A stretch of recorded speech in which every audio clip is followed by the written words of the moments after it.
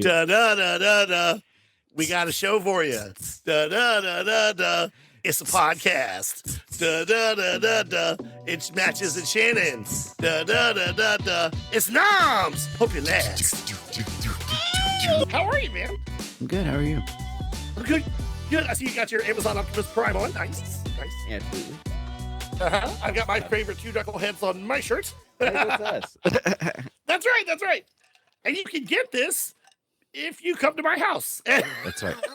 True. Take a picture. Yeah, yeah. That's right. I did tell you how I got this, right? My wife got it for me for my birthday. Yeah, it's like out of nowhere. You didn't even know. Yeah. It's like the best surprise ever. Yeah. She took a picture, And, sent it to Amazon, and bazoom, we're merchandise. Yeah, I still I know. don't have one. It's weird. I'm just kidding. Well, what level payment are you? Are you are you on Waffle House level or are you on In-N-Out Burger level? Well, I still You have gotta go my with the tiers. Amazon design account. I can actually put one up there and people can buy it. So we might think about that here in the near future. Yeah, for sure. Nice. Okay. Well, yeah. I've got my Amazon 5-finger discount. Well, Yeah. speaking of discounts, tonight today on NOMS, our show that we do about the movies with the help of what other two knuckleheads that we adore? What two elite movie assassins? We're the only podcast that discusses and talks to our friends, little Siskel and little Ebert. That's right. The only podcast in the tri-state area. We are NOMS, and we have Siskel and Ebert help us out. Siskel and Ebert, if you don't know who they are, which sadly there's a whole generation who've never heard of them, but they were probably the two best movie reviewers of all time. Had Absolutely. a show syndicated for so many years. You know, from the 70s to 70s. the 2000s. Yeah, I mean, yeah. Still runs in our hearts. But tonight, movie, I don't know if they're gonna love it or hate it, but I'm gonna tell you something. I'm gonna go ahead and get this out of the way. Tonight's movie, I love. Me too. I love this movie from 1996. What are we doing, Matches? The Long Kiss Goodnight. And then the sequel, The Short Hug, Good Morning. That's right. The action banger long. They really missed out on go ahead. Okay. Yeah. Oh, well, actually, what's funny is you know what? I'll tell you later in the podcast about how there could have been a sequel. Teaser. Yeah, there should have been. Teaser There for sure. absolutely should have been. You think there could have? Okay, we'll talk about that for sure. This is 1996's Long Kiss Goodnight, directed by one of our favorites, Rennie Harlan. That's right. I feel like you have a love-hate relationship with Rennie Harlan. That's right. I do, but it's fine. Like, I mean, we just talk about him a lot. It's okay. You know, We it's have. normal. It's normal. I mean, he made his bones by directing Die Hard 2. Too Many, a great worthy sequel, like myself, you know. All right. Absolutely. Yippee-ki-yay, Mr. Falcon, as they say on TV. And Cliffhanger, and then Long Kiss Goodnight, starring his then wife, Miss Gina Davis. Gina Davis. Wow. Oh, yeah. I forgot about that, actually. That's cool. Yeah. Raise your hand if you had a crush on Gina Davis growing up. I'd still hit it. I'm just kidding. And she's still a beautiful lady. Yes. Gina Davis, of course, was a big star, you know, from the 80s. She won an Oscar for The Accidental Tourist. She was in a few movies you may have heard of, like Tootsie, Thelma or Louise. She was Thelma, by the way. Great actress. She was Thelma, if I remember correctly, because her husband, Chris McDonald, was, I remember him saying, "You get your butt back here, Thelma." Oh, that's right. Yeah. Only reason I remember her being Thelma. So, but yeah, Gina Davis, and of course, the man of the hour, the man who was in, I would say, every third 90s action film and early 2000s action film, Mr. Samuel L. Jackson. That's right. It's Sam if you're nasty. Samuel L. Jackson, The Long Kiss Goodnight. This is a fun action movie. Let's go ahead and hit that beautiful B-roll beefy footage if you want to, and then you can give the people a little what's up on the side on the DL of what movies.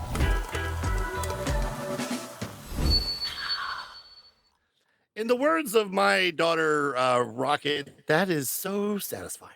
That is. Oh, yeah. I need truly a wonderful Coca-Cola classic. That's right. Not a new Coke. Not a new Coke. Because marketing works, you guys. It does. It does. When I worked at Brookshires grocery store in the 90s, there was an old lady, even in 94, who was going, Mhm. I'm here for the Coke Classics. Let me buy the Coke Classics. Oh, you kind of want to buy it after that too. Right? And I'm What like, what but she that's the didn't only know is that the Coke. Coca-Cola company sent her in there to I do knew just it. that. Yeah, I knew it. She was a plant. she was. Well, speaking of plants, this movie will grow on you. This is the Long Kiss Goodnight. Matches, why don't you hit him up with the he about what this thing is about? Well, Shannon, Yes. Gina Davis plays suburban mom Samantha Kane, Oh, yeah. who doesn't remember the rest of her life past what, 4 years or so? 8 years. 8 years. 8 years. Yeah, 8 years, Yes. y'all. Because Eight her, years. yes. That brings up a pothole later, but that's fine. This movie isn't a perfect movie, but it is a great movie, and it is a fun movie. Just gonna say that real quick. Okay. Oh, go ahead. All right. And Well, continue. What happens anywho, next? I'm all on next, Twitter. next we get to find out what her life was like before she was this teacher and mom and homemaker and Mm-hmm. chef. Christmas Queen. Yes. Yeah, baby. Christmas queen. She's a lot of things before, and she was a lot of things after Shannon. And we get to It's true. go on the ride of our life as we find out who she is. And Samuel L. Jackson is there, and you know you're gonna have a good time. And I feel like I don't want to give it away right away because we're gonna talk about it. So there you go, Okay. guys. Okay. That's what I got That's you a right now. pretty. That's a nice teaser. We got the people the appetizer, and we're going to give them the steak in just a little bit. That's right. Absolutely. This movie, like I said, directed by Rennie Harlan, who was obligated to put his wife in it. Like I said, I love Rennie Harlan because 3 years after this, he gave America and the world the second best shark movie in the world, Deep Blue Sea, which you are conflicted about. I Maybe fourth best. understand. I'm just gonna say Fourth best, okay. there's got to be something else out there. I'm just Well, after we did Deep Blue Sea, I kept thinking, I was like, oh, this is a good shark movie. This one too. But then I couldn't remember. really. Now I forgot him again. Yeah. I hear the Meg 2 is something. I don't know. Mag 1 and 2 are fun. Let me just say that. They're not, Okay. they're not, lofty like Jaws, but they're fun. Mhm. I mean, pretty much Jason Statham's like, I'm gonna punch you in the mouth, shark. Oh, yeah, shark That's every activists movie. hate shark movies, They like do. they They really do. do. They Yeah, do. for good Just reason. like But yeah. Well, just like hitmen and women assassins hate Long Kiss Goodnight. I'm kidding. that's it. Uh I know I do. this No kidding. this movie was written by Shane Black, Yep. who we love Shane Black. He was an occasional actor, a writer, a script polisher, and then later a director, who has, as a screenwriter, brought us. I totally forgot about this Lethal Weapon. Yeah. Among so many others. The Also, Last Boy Scout. Yeah. Yeah. Yeah. We're gonna put that over there. Yeah. He's written so many great movies. He directed Kiss Kiss Bang Bang that you love. Mhm. And he directed well, what's funny, he was one of the co-stars in the first Predator and then directed the fourth Predator film. And That's right. Yeah, yeah. That's cool. Yep. So I don't know, Shane Black's work is good. Oh, about that did later. you ever see the Hawkeye show? What was it called? Yeah. Yeah. Whichever. Okay. So it was like the first whatever episodes of that were just like really, really great. They were normal episodes, and then all of a sudden you Okay. get this like Shane Black type episode is what I call it because it just kind of came out of nowhere. And I remember somebody else said the same thing, and I was like, okay, so I'm onto something here. It just changes gears. It just becomes this like wacky Shane Black like action film. Okay. You should go back and watch it and see. Maybe the second to last or last episode, something like that. Huh. Okay, I can see that. Well, after Yeah. the review, I do want to talk about Shane Black's style, about his certain style. Put that in there. Absolutely. Yeah, he does have And, that. Oh, Iron Man 3. I forgot about that. He directed and wrote. Yeah, that's true. He took it over from Favreau. Yeah. So let's see. So, after the review, I would also like to tease about how the movie had a different ending and why it was changed. I've heard a little bit about that. Yeah, that's good. Yes, and also how that is related in a way to Rennie Harlan's later work. And we'll save that. We'll save that. Absolutely. So, what do you think Siskel Ebert thought about this movie? This movie was not critically loved as I remember. No, Like, it I don't was a think so. hit. It didn't do super well in the box office, I don't Not think. super. I think It made like money. 30 million over its budget, which is still Yeah, pretty which is good. They might have broken even on it, which is good Yeah. for that. Yeah. And Right. but I remember liking it okay when I was in the theater. I really did. I had a good time, but I think it's grown on me more over time. It's one of those you find on like now you'd find it on Tubi or something, or they'd play on Yeah. TBS or whatever, and you're like, hey, this Back is a in the great day. movie. Where did this Yeah. come from? You know, like it is one of those things that grows on you later over time, and you discover. I think, you know. Yeah, this was probably a TBS staple in the early 2000s. Yeah, I've got a 21-year-old. I think she's 22 now. Coworker. The last year, she told me it's her favorite movie, and I was like, "The Really? Long Kiss Goodnight." Really? Like, you know, she wasn't even Yeah. born when that That is when funny. that movie came out. But That yeah, is funny. it's a loved movie by some people. Like, Yeah, and a lot of people have forgotten about it. You know, my wife is not sure if she saw it at all. But I will tell you this. I have to, speaking of this, is so my mom is super excited we're doing this show because she's like, "Oh my gosh, I love that movie." Does she loves really? Long. Yes, I Oh, that rented makes it. me happy. I rented it when it Hi, came to Miss video in Gloria. I love 97. you. I truly do. Oh, you know what? You just earned yourself some chicken and dumplings, sir. Next time you're in town. Nice, nice. But she For was a long like, "Oh time. my gosh, that's an action movie out of nowhere." She loves Samuel L. Jackson, loves Gina Davis. An action movie out of nowhere is perfect to describe this movie, and you know it is. Yeah, That is true. So, what do you think they thought about it? You think they hated it? I don't think they gave it 2 uneasy thumbs down. yeah, maybe so. And I know back in the day, I watched this episode, and I want to say they were Really? split, but I couldn't remember which way. If that's true Okay. or not, I don't know. It may not be. I may be making this up in my head, but like, it's been a long time. It literally Yeah. has been 30 I mean, years. So You're right about how some people love it and some people forgot about it and some people didn't like it. So it's yeah, kind of a cult classic, but it's an action movie with a woman as the action star, and I think that's going to win it some points with them because they were activists for women back in the day. You know, like yeah. they were champions for women back in the day. You know, Yeah. And this was back in the day when like you didn't have to push it as a woman action star. You're just like, it's an action movie. And you're like, "Oh, it's Gina Davis, cool." yeah, Like, yeah. most people And didn't care. Yeah. one of my So, favorite like background players, I guess you would say, is David okay. Morse, who shows up in things every David once in a while. I think David he's Morse is in this incredible. movie. I love that guy. He's always the policeman or the corrupt policeman or the guy you think is Yes, good who he's not. And you know, that's exactly what I was going to describe. and him he's as. so good. Because that's all he does. It's Yes, you you just spend the paid entire attention. movie. If he's a good guy at the beginning, you spend the entire movie thinking he's not, and you're wondering. You're like, "I bet he'll betray them at any He moment." Any could. moment. Yeah. Yeah. He's gonna pull the rug out from under them. Well, let's get on with the review, shall we? Siskel Ebert, Long Kiss Goodnight. And is back when we first met, you were all like, "Oh, fooey, I burned the darn muffins." Now, you go into a bar, 10 minutes later, sailors come running out. What up with that? She's had amnesia for the last 8 years, but now she's beginning to revert to her former identity. And a suburban mom, played there by Gina Davis, is discovering she was once a highly trained government assassin. Samuel L. Jackson is the private eye she hired to help her discover her past, and now he's along for the ride in The Long Kiss Goodnight as federal bad guys try to kill their former agent. Brian Cox plays her one-time CIA boss. Yes. So he doesn't seem giddy this week. He does not. He seems like he's buying the book. Like, she had amnesia and now she's a killer. Yeah, Whoopity he's just doo. reporting the facts. So hopefully, like this, like He's not giving it any kind of feeling or oomph. this isn't a good start. But we'll see. We'll see. Was on her side, but thought she was dead all these years. Your memory was gone, you got confused, you bought your own cover. It was a fantasy, for Christ's sake. Samantha Kane never existed. You wrote the bloody thing. No, it's not a fantasy. I love Okay. Brian Cox in this too because it's like whatever movie Brian Cox is in, and then the rest of the movie, he's so awesome. I know. And has Brian Cox looked the same age for over 40 years? I swear he has. Absolutely, yeah. He was born hasn't an old man changed. like Wilford Brimley. Yeah, It's true. It's crazy. I know, and you might be hearing that voice, and some of you might go, "Oh, that's the guy from Succession," and then some of you might go, "I am hungry for McDonald's." You know, yeah.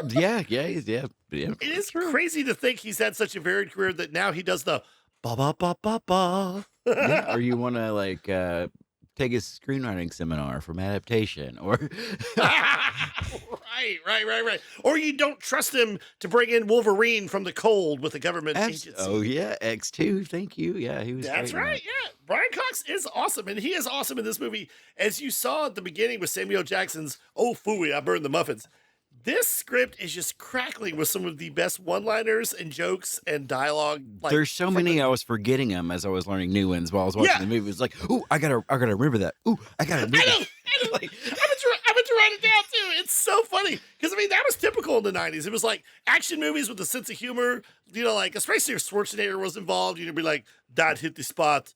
I had to let him go." You know, that kind of thing. It's true, you know? but you might get 3 good ones if you're lucky. This one has so many per scene. It's unreal. Right? And it works. It works in the story. It's not trying to be like that. You know, I think I it totally works so agree. well. This is a buffet of great lines. Yeah. It is. Well, let's dig in. I'm in the PTA. Davis has disguised herself with a new hair color, but her enemies just keep on coming. Oh yeah.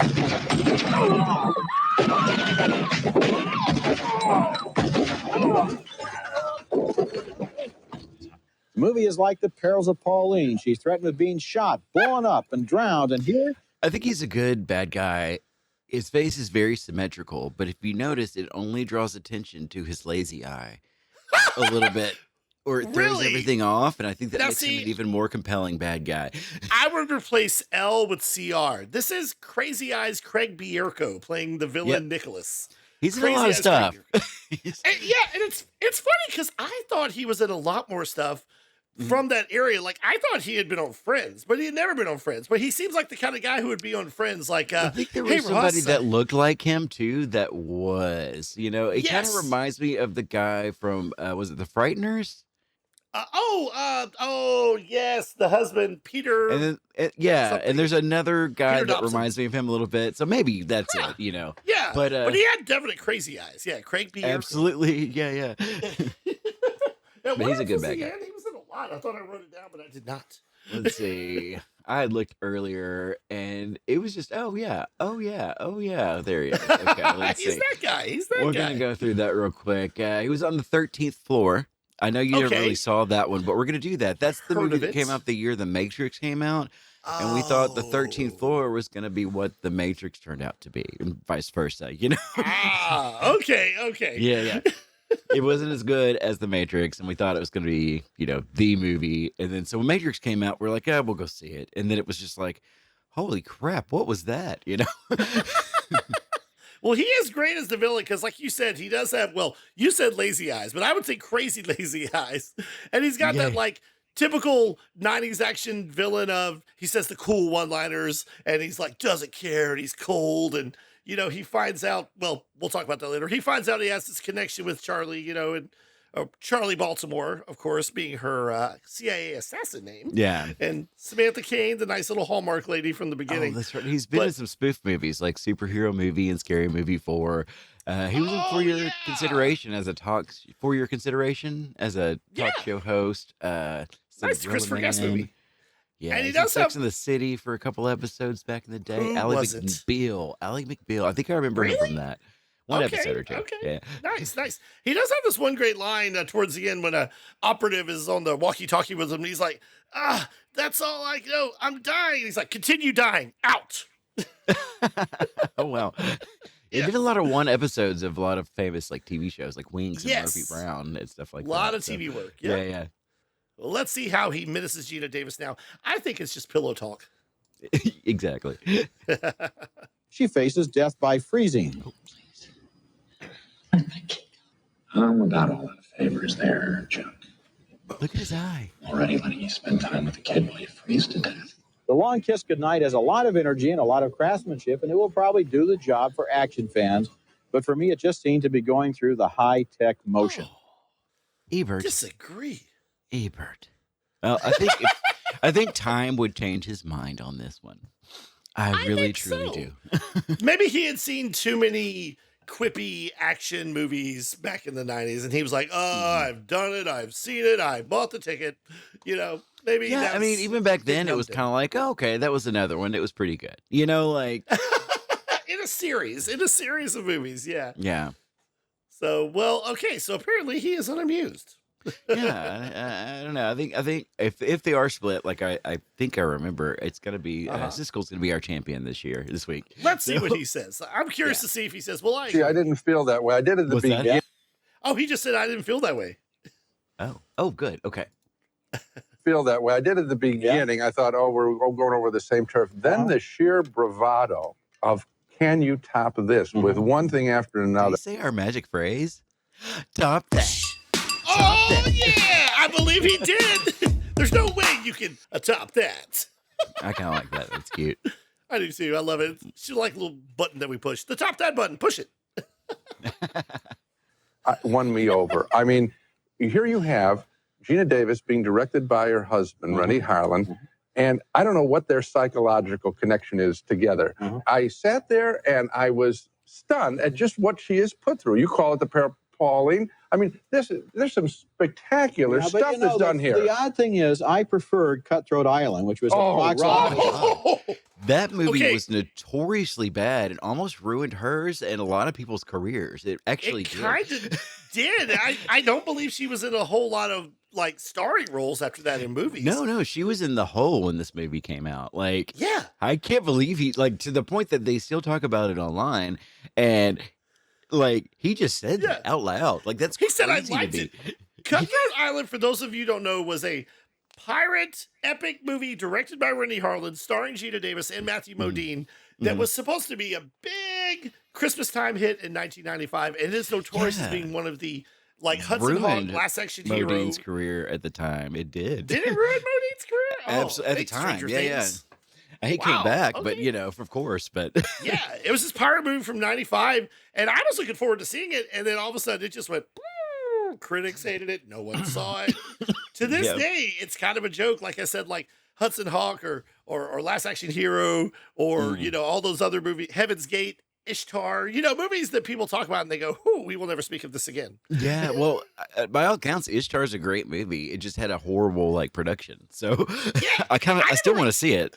I tried to rent it, but the video cassette kept messing up. Maybe it was trying to save me. Like, no, you don't. I can't let this do this to you. Maybe. Hey, we got to put that on the list. We'll put that on our list because I want to know. I really do. Okay. I'm curious. Yeah. We got to open that treasure chest. Here we go. Cutthroat Island. That was awful. That was not. It was the same movie. It was just a pirate picture instead of set today. Oh no! But the stunts in that one were truly amazing. No. This is a picture. This picture has a very smart screenplay by Shane Black. There's some quirky dialogue in here. Samuel L. Jackson's character. They have an interesting chemistry between them because it's not romantic. It's action filled and smart and fun. I agree completely. That's Gina Davis in this is very good. She's so believable as the teacher and the loving wife and mother, and she's super believable as the sexy, hot spy that just doesn't give a frick. And, oh my gosh! Yes, her stare is ice cold. She's got blue steel down in this movie. I think like her face in this will cut you. It's great. It's glorious. That's glorious. True. I will say though, after spending the majority of the movie with Samantha Cain, her cover character, who she becomes after amnesia, I liked her a lot better than Charlie Baltimore. As soon as she was Charlie Baltimore, I was like, oh, I am just turned off. I thought she was trying too hard. That doesn't mean the character wasn't good. That just meant like, oh no, Charlie Baltimore. Yeah. I always kind of made fun of that, but it works now. I think it's fine. And then some rapper took her name too. There's a rapper named Charlie Baltimore. There is. Yeah. Yep. I knew that. Yep. I believe that's where she got it. It's a badass name. Well, let's see if Siskel can save this review. Really don't think this is the screenplay I'm going to be singling out as one of the great screenplays of the year. I mean, first of all, it couldn't have been written if Pulp Fiction hadn't existed. I agree, but I'm telling you that, well, Shane Black has had some other good screen credits. Sure, you bet. Remember all of The Last Boy Scout, wasn't that his? That was his, and that had some very funny dialogue and quirky dialogue in it, too. Very So Shane and The Last Boy Scout. And then Siskel sees good in everything. I get it. I don't know. He's not. Could he not mention Lethal Weapon, one of the greatest action films of all time? Come on. Yeah. Well, speaking of Shane Black's writing, that is funny they should say that because apparently Shane Black has like his own style. You can tell what a Shane Black written script is, because there's funny dialogue, There's all this action stuff. And 9 times out of 10, maybe not 9 times out of 10, he loves to use Christmas as a backdrop. Why is that? If you think about it, I don't know, Lethal Weapon, Iron Man. this movie, Iron Man 3. That's right. Christmas is all up in this piece. Yeah. Yep. Kiss Kiss Bang Bang was in this known in Christmas at some point. Yeah, really? Really? Well, he says that he likes to use Christmas because Christmas is like the time of year when we pause, we take stock about what is good. He says he loves Christmas. He loves Christmas time. And it just, informs a lot of his movies. I do have some funny blurbs real quick. So this is from the actual script from Lethal Weapon. Okay, this is stuff that he wrote. Apparently, he likes to put little in-jokes and references in his script that don't make it into the dialogue. It says, exterior, posh Beverly Hills home, Twilight. The kind of house that I'll buy if this movie is a huge hit. Chrome, glass, carved wood, plus an outdoor solarium, a glass structure. This is a really great place to have sex. And then... this is from The Last Boy Scout, the much-loved Last Boy Scout. This is from the actual script description. Remember Jimmy's friend Henry, who he met briefly near the opening of the film? Of course you do. You're a highly paid reader or development person. Wow. That's in the actual script. Whoa, really? Yes. I like it. Well, that script is good. So the movie opens with, we've got Samantha Cain, who's an 8-year amnesiac. She has no idea what her previous life was like. She knows she's got lots of scars, literally, physically. Yeah. And she knows when she woke up, she was 2 months pregnant with an adorable little girl who the actress's name is Yvonne Zima. She done anything else? She was really good, I thought. She's continued to work as she's gotten older. She's done a lot of TV. She's done some straight to video. She's done some actual films. And she's done good. And she's been living with this, and I guess engaged to this guy who is not David Strathairn from Sneakers or We Are Marshall. Just somebody like that. Yeah. Oh, you're not the only person who thinks he looks like David Strathairn, but his name is Tom Amandis. And the biggest thing he did besides this was Everwood on the WB, the show Everwood. By the way, do you know who Samuel L. Jackson's favorite character is that he ever played? Is it this one? It's Mitch. Is it Mitch? Mitch Hennessy from this movie? Really? From this movie. Yeah. Well, he said that in 2019, so that's got to be true, right? Still. Yeah. It's not like he waited. It's not like he said it in 2002. Yeah, he's like, exactly. I was wrong. It wasn't Jules. No. It was actually Django. It wasn't Django. Yeah. No, I agree. His character, Samuel Jackson's character, is a sort of down on his luck, borderline skeevy private eye.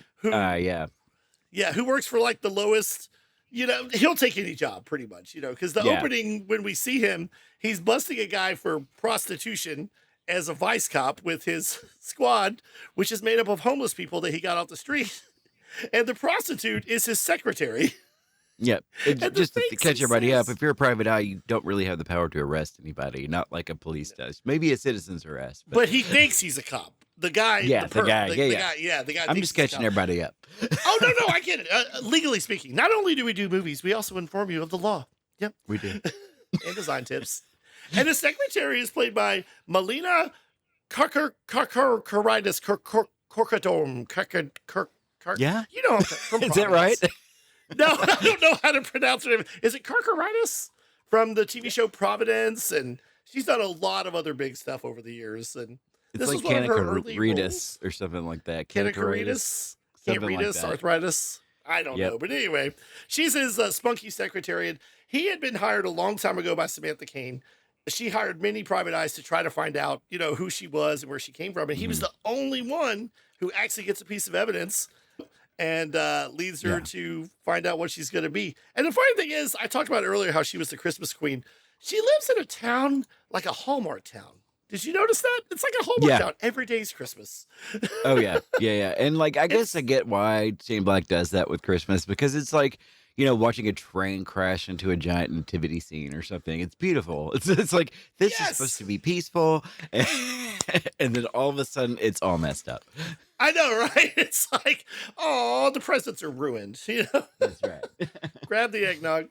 But yeah, no, it's great. So we find out in the movie that she was an assassin named Charlie Baltimore with blonde hair, apparently, for the CIA, working kind of black bag operations.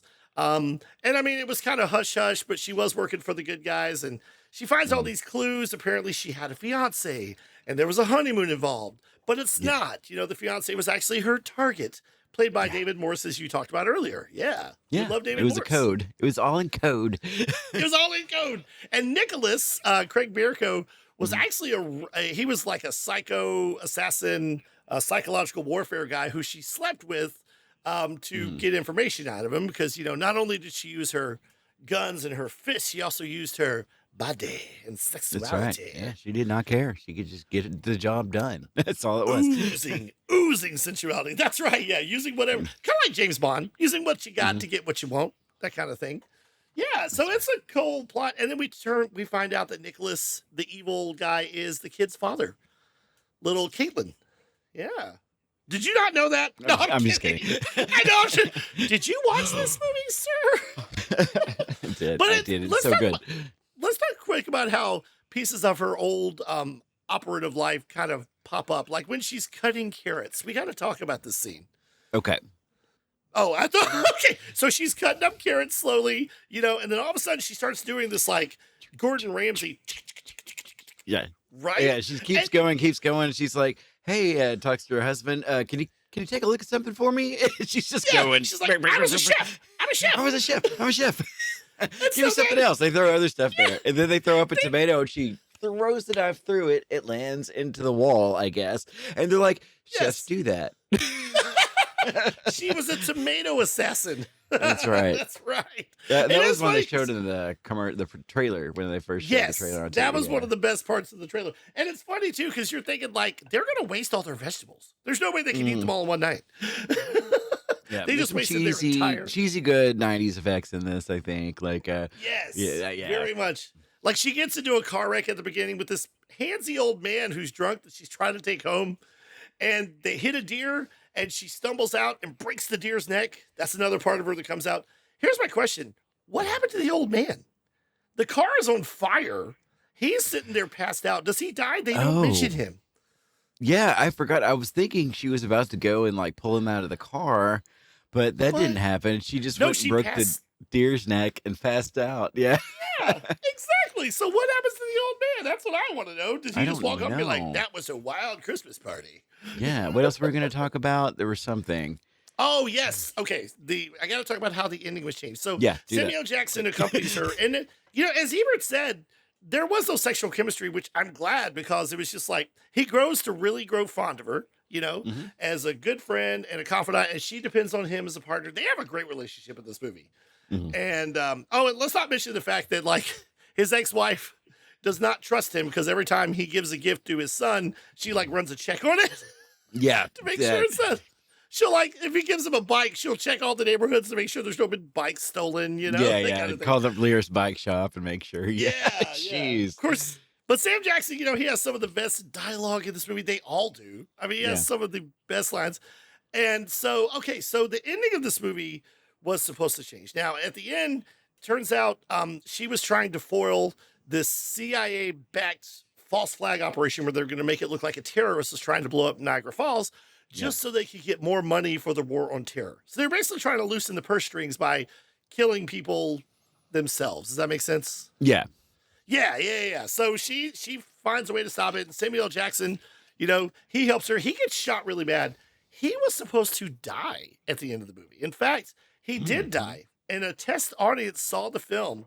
Yeah. And they hated the ending. And one person stood up in the screening and actually said, "You can't kill Sam Jackson."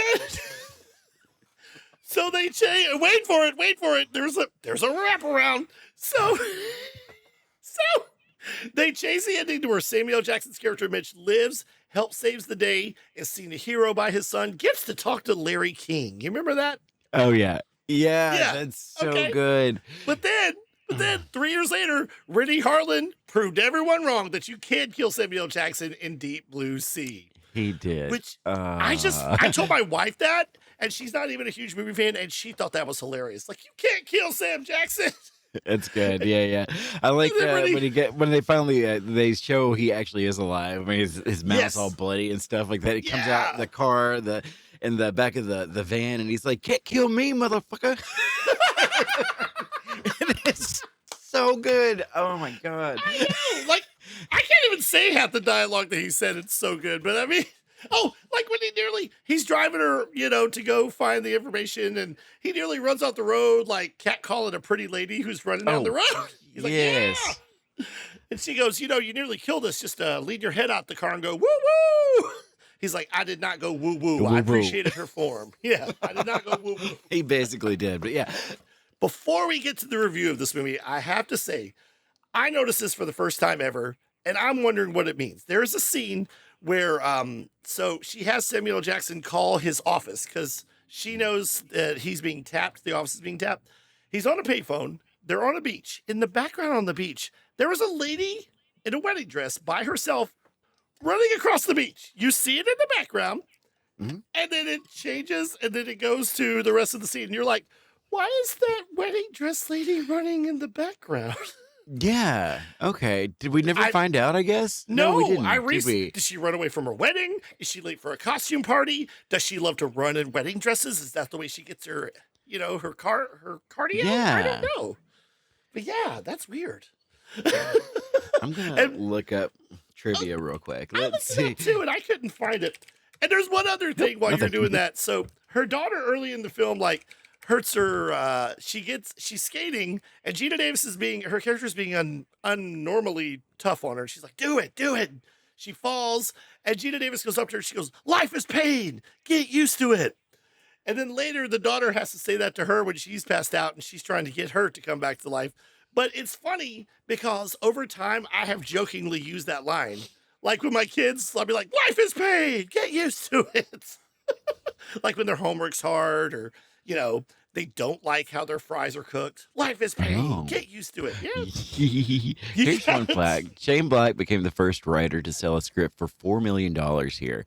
He later admitted that it caused a lot of envy among his fellow screenwriters, as well as accusations of commercialism. He voluntarily retired from the blockbuster industry for almost a decade as a result. So that's what happened to him through the 2000s. Really? I wonder, because there's a lot of time interspersed in between. I do say the dialogue is great. There is one line when they're in the car and Samuel Jackson is singing this old cheesy 80s hit. I think it's the 80s. It's the song I'm talking about. I really love to see you tonight. And he sings the line, but he says, I'm not talking about the linen, I don't want to change your mind. That's right. What's I'm the not real talking line about there? moving in. I'm not talking about moving in. And he's like, whatever. This movie also was nominated for an Oscar for makeup effects. Oh, I bet. Yeah, I like the montage where the zombie "She's Not There" comes on, which I love. The zombies; they're one of the best bands of that era, old song. I think. Yeah, that's the way she walks. Oh, it's a great song. It rocks so hard. And that montage where she's getting ready and becoming Charlie Baltimore is very, very good. I think it's funny. It is good. It is good. Do you think the makeup effects were for that assassin one-eyed Jack alone? With the eye. Who was in prison, and then all of a sudden he was out and after her for no reason, I guess. Because he saw the video clip of her being Mrs. Claus in the Christmas parade. And then he was just out of prison and in her kitchen, I guess. Okay. Yes. I like this movie's so good because there's a point where she wants to be Charlie Baltimore after she gets her memories fully back, and she's like, I don't care about nothing. I don't care about that little brat. But that's not true. And then later in the movie, she's able to reconcile the two personalities together. Like, she's still tough as nails, but she's still tender and hallmarky and loving. Yeah. Much like my wife. Okay, so that's right. Let's go on to what do you give the review? Review, I'm gonna give it a thumb sideways, I guess. Like I understand Ebert has moods, I think. Yeah, because one minute he loved Deep Blue Sea, but he didn't like this at all. Like, and see, I love both films, so I don't understand. I don't get that at all. But he was jaded. But Siskel liked it, and he was just spot on about the fun of this movie and the tone and everything. So Okay. I think I'm going to give it a Commodus from Gladiator thumb in the middle too, because Siskel fought for it, but then all of a sudden Ebert said Cutthroat Island. I've never seen Cutthroat Island. Have you? No, I've only heard bad things about it ever. Yes, it kind of sunk Rennie Harlin's and Gina Davis's starring all career. Of them. Now, I will say Gina Davis is still acting. She was in the recent movie Blink Twice with Channing Tatum, which is really good and dark Okay. though. Yeah, yeah, and little Sixth Sense boys in it too. Oh. But she also starred. She was our first female president on TV. She was on ABC's Commander in Chief, which me and my mom and dad loved. And then ABC did the weird idea of waiting, of making it take a break for 5 months. And when it came back, people had forgotten about it. Oh, wow. In the first, Okay. yeah, they did like a 4 or 5 month break. They're like, we'll be back. But when? Okay, yeah. Yeah. And when it came back, nobody cared. So for this movie, I am going to rate the film. I think it's a fun action film. I think it holds up. It's not perfect. It's got, you know, the 90s trappings and everything. But if you're in for a good time, good dialogue, and Samuel L. Jackson smoking, I feel like half the budget went to cigarettes in this movie. That's right. I'm going to give this movie, I'm going to give this movie 4 Daedaluses out of 4 Daedaluses. Ooh, I like that. That was yeah. David Morse's code name. Yeah. That's right. Yeah, yeah. And I mean, I love this movie. You can feel the adrenaline through that movie into this podcast because it's such a fun time. It's so good. I'm just gonna give it 2 enthusiastic thumbs up this week. I'm not even gonna give it a regular rating because Oh my! I love it. Ladies and gentlemen, you heard it here first. It's so good. Yeah, forever changed. Forever changed. This is a movie that my daughter would like because she loves tough chick movies. My wife loves tough chick movies. And I don't mean that sexist. That's just how they describe it. My wife's like, I love tough chick films. That's true. She'll love this one, I think. Yeah, yeah. She will. Yeah. And Samuel L. Jackson's along for the ride, and he's delightful. He's so good at this too. Yep. Well, there you go. That was the Long Kiss Goodnight on the forehead. Mwah. What's next? Well, Shannon, next, you or one of your crazy characters might sing us a ditty. Maybe. One of the voices in my head if he's not asleep. Yes, we're lucky. I have a little song. If we're lucky, if you're lucky, kids, you might learn something or not. This song is inspired by this film. I thought, I got to write something that connects with this film in the way that I connected with this film. Like burgers and fries, or apple pies and, I don't know, gasoline. So are you ready? I'm ready. We're gonna take- I was okay. born ready. That's funny. I was born with half a brain. So this is, at least that's what my sister said. I don't know. Oh. Well, speaking of half a brain, this is, we're going to take a trip to the country. Are you ready? Oh, I guess so. Yep. Fire up that guitar. Here we go. My amnesia. I can't remember anything. Was I a lawyer, a Waffle House brawler, or did I work at Burger King? Samuel Jackson told me he may have found a clue. Now these thugs are trying to blow up my house and I don't know what to do. My amnesia.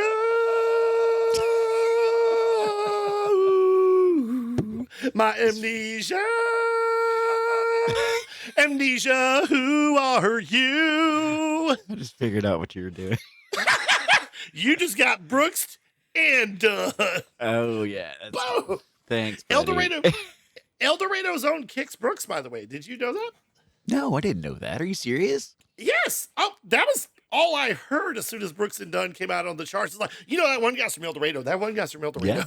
Even us in the neighboring, town didn't know that, didn't care. I guess. I don't know. Or maybe it's Ronnie Dunn. One of them was from El Dorado. I don't know now. No one cares enough to even know. Brooks and Dunn, Bert and Ernie. Well, there we go. So what's next? Oh, yeah. Is it everyone's favorite segment of the show? It's everyone's favorite segment of the show. It's the Video Movie Corner Pick of the Week. Fix it in post. Video Movie Corner Pick of the Week. Matches, what happens now? Now, Oh. we take your hand Oh. and Oh we my- take you down Oh. to the Video Movie Corner down the street. Ooh, how vulgar. How vulgar. And we pick out Oh. a video just for you. We're going to highlight a movie that was either before Siskel Ebert's time, Yep. after Siskel Ebert's time, or maybe they didn't touch it at all, or maybe they Yeah. did. Yeah, maybe Or they maybe did. during, maybe something we won't cover for 5 years or something, something like that. Maybe so. Would you like to go first at this leisure? Well, this week, it should be no surprise to Shannon, as we've been talking about a little bit this week on I'm our not group surprised. chat. But I am going to pick all the way back from 2025, 2025's Mike Flanagan's Stephen King adaptation of Ooh, Life of Chuck.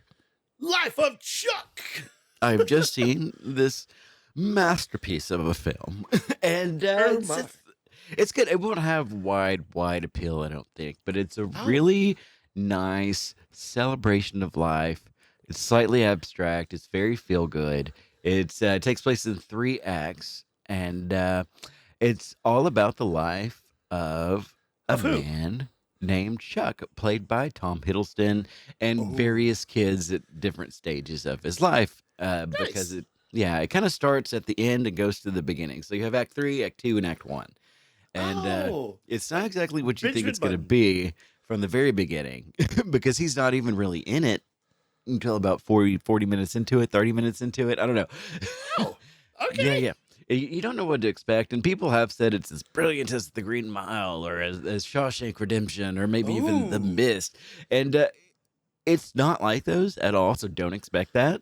But it's better than Graveyard Shift. It's a wonderful slice. I'm not saying it's not as good as those. It might be better, Yeah. but it's in a more broad way. It's not, your typical story.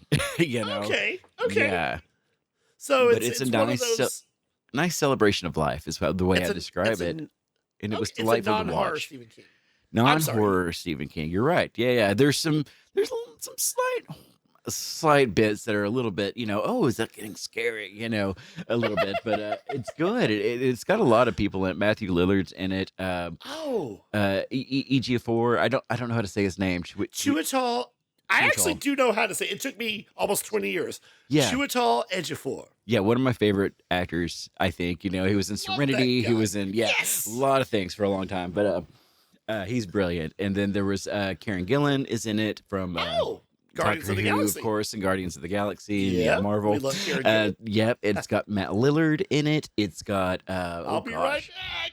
Yeah, and he was this time. So oh, spoilers, sorry. Nick Offerman is the narrator of this wonderful little piece. Oh, nice. Yeah, and I was trying to think there was somebody else.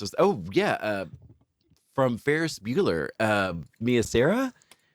Oh, really? Yeah. You told me Yes. this was her return to film after a while, right? Yes, she saw Midnight Mass back in 2021, I believe. Mike The Flanagan's show on Netflix. It was so good, actually. It's a very good show. If you see it, it's brilliant horror. She said that she would return to acting if she could act in something Mike Flanagan did. So she plays the grandma in this piece, along with Nice. Mark Hamill as grandpa. So, but they still look 30 years difference, like somehow. That's Like, how old is she and how old is he? But yeah. We're going to suspend disbelief at this moment. Yeah, but I liked it. Go ahead, Shannon. Go ahead and do your. Nice. The Mine's Well- Life of Chuck, it just came out. You can rent it or you can buy it, whatever. Yeah. Okay, so it's not streaming on any service yet, right? Not yet. No. Okay. Well, wow, man, you have like lifted the veil and you have set the tone, and my movie is nowhere near that. But my movie is a fun romp. Now, my movie's a little bit more commercial and very kid and family friendly and insane. My movie, I'm going to go even further back. 2025. My movie was a big hit in theaters and is now currently running on HBO and HBO Max. It stars the one and only beloved Jables, Jack Black. It stars Jason Momoa. It's got all kinds of good stuff in it. This movie, that's right, it's the Minecraft movie, or a Minecraft movie, as it said. Okay. Minecraft movie directed by Jared Hess, who probably his best work since Nacho Libre, you heard me, or the director of Napoleon Dynamite, who had a lot of goodwill after that movie and then kind of disappeared because people were like, well, we want Napoleon Dynamite again. He got the chance to direct this film, and you can see his influence on it. It's like a goofy, family-friendly, to the point of just absurd kind of humor, deadpan humor mixed with great special effects. Jack Black is Steve from Minecraft, which is funny because the first trailer I saw, I was like, he couldn't even shave his beard. Come on, That's But- true. Yeah. But Jack Black works in the movie. He's insane. Jason Momoa is a washed-up 80s video game legend. He's wonderful. Everything is over the top. Everything is in your face.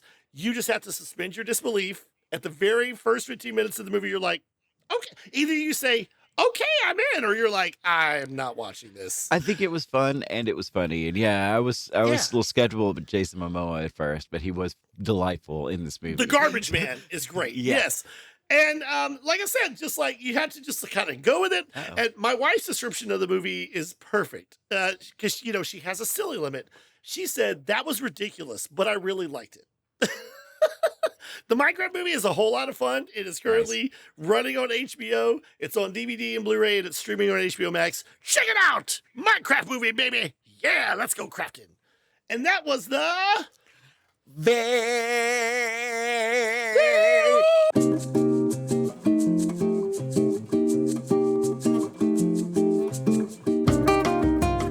Am I tied up? Why are you tied up? Yeah, that's funny. That's cute. So what's your name? What's your name? Matches McDougal's? Uh-huh. You think your name is Matches McDougal's? Yeah, you think you're just some cute, quaincy little podcast host living in your own little nice little Christmas Queen world? Yeah. That's not who you are. No, that's not who you are at all. I know you. I know who you are inside. All these years. Your name is Sally Cincinnati, a.k.a. Skeeter Leibowitz, a.k.a. Dolores Sweatpants, a.k.a. Scotty Pimpin. You had a lot of names. You couldn't decide on one. You're a highly trained assassin.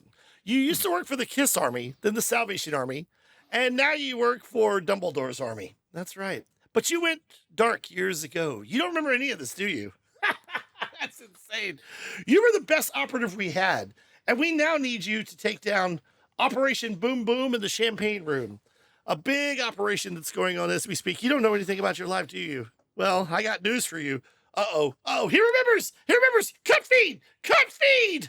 We had some fun. We had some laughs. And Matches, tell them where they can find us if they want to contribute to this crazy, chaotic ride that is NOMS. That's right. Well, you can find us on Spotify, YouTube, or my favorite, Apple Podcasts, where you can't even see us. It's great. Yeah. If you can't handle this, you can listen. What else can they do? What else can they do? Oh, they can like and subscribe. And you can also contact us. Comment down below. Or email us at nomspodcast@gmail.com and tell us what you want to see on here. Yeah. What movie do you want to see on here? What do you want to see less of? What do you... Are you pointing at me, or are we just in different positions right now? I agree. Less of me is a lot more. It goes a long way. You'll pay for the whole seat, but you'll only need the edge. That's right. That's right. Well, hey, we're out of here, but before we leave, I forgot to mention Samuel Jackson's character in the movie. He says he sings what he's doing so he can remember what he was going to be doing. Oh, yeah. So let's do that. Da da da da da. We had a good show. Da da da da da. But we gotta go. Yeah, that's it. Okay, we did it. That was great. Bye, everybody. It's a long kiss. Mwah.